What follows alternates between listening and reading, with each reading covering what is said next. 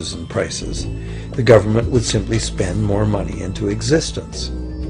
With no competing private debt money creation, governments would have more effective control of their nation's money supply.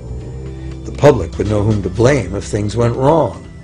Governments would rise and fall on their ability to preserve the value of money. Government would operate primarily on taxes, as it does now, but tax money would go much, much further, as none of it would be required to pay interest to private bankers. There could be no national debt if the federal government simply created the money it needed. Our perpetual collective servitude to the banks through interest payments on government debt would be impossible.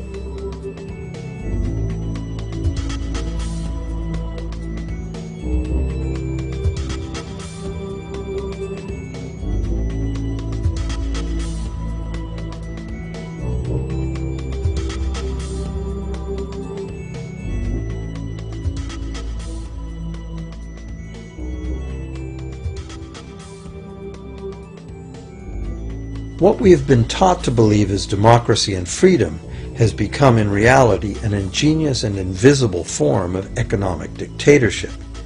As long as our entire society remains utterly dependent on bank credit for its supply of money, bankers will be in the position to make the decisions on who gets the money they need and who doesn't.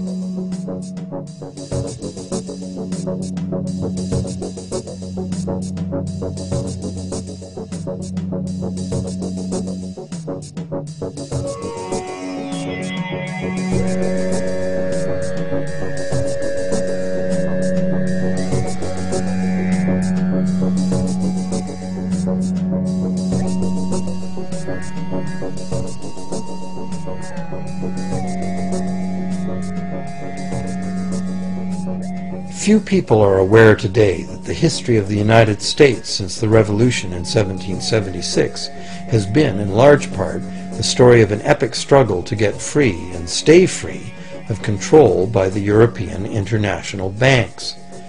This struggle was finally lost in 1913 when President Woodrow Wilson signed into effect the Federal Reserve Act, putting the international banking cartel in charge of creating America's money.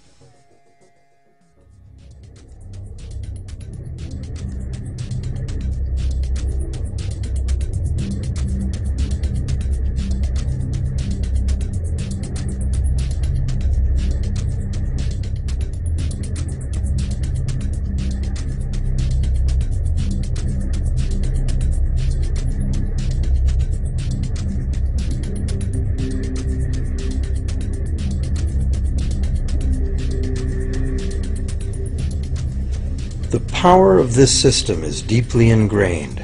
So is the educational and media silence on the subject.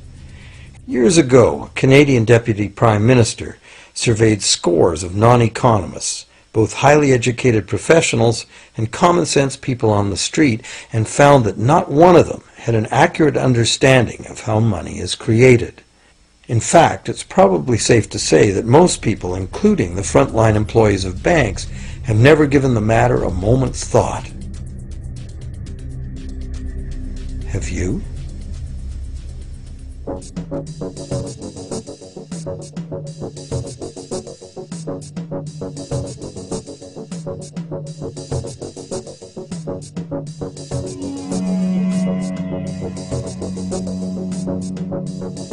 The modern money-as-debt system was born a little over 300 years ago, when the first Bank of England was set up with a royal charter for fractional lending of gold receipts at a modest ratio of 2 to 1.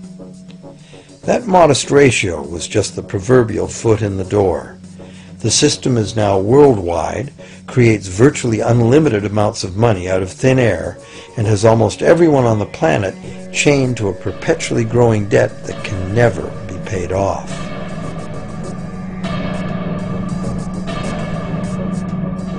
Could it have all happened by accident? Or is it a conspiracy? Obviously, something very big is at stake here.